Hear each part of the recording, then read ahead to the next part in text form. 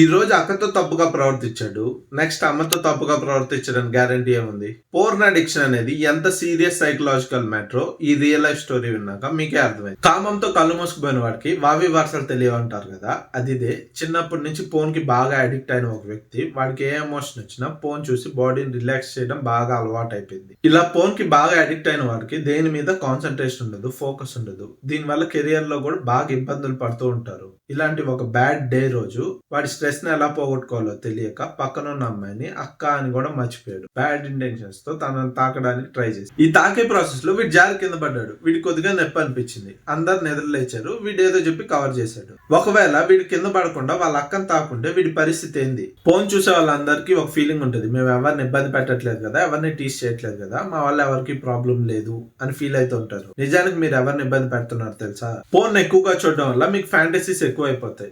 దానివల్ల మీ పార్ట్నర్ తో love making ని ఎంజాయ్ చేయలేరు. ఒకవేళ ఇనీషియల్ గా చేసిన ఓవర్ ద పీరియడ్ మీకు వాళ్ళు బోర్ కొట్టేస్తారు. దానివల్ల మీకు మీ పార్ట్నర్ కి డిస్టర్బెన్సెస్ వస్తాయి. కాన్సన్ట్రేషన్ అండ్ ఫోకస్ లేనందువల్ల మీరు మీ కెరియర్ లో స్ట్రగుల్ అవుతూ ఉంటారు. దానివల్ల మీరు మీ ఫ్యామిలీ ఫైనాన్షియల్ గా సఫర్ అవుతూనే ఉంటారు. పైగా ఎవరిని పడితే వాళ్ళని తప్పుడు దృష్టితో చూడడం కూడా స్టార్ట్ చేస్తారు.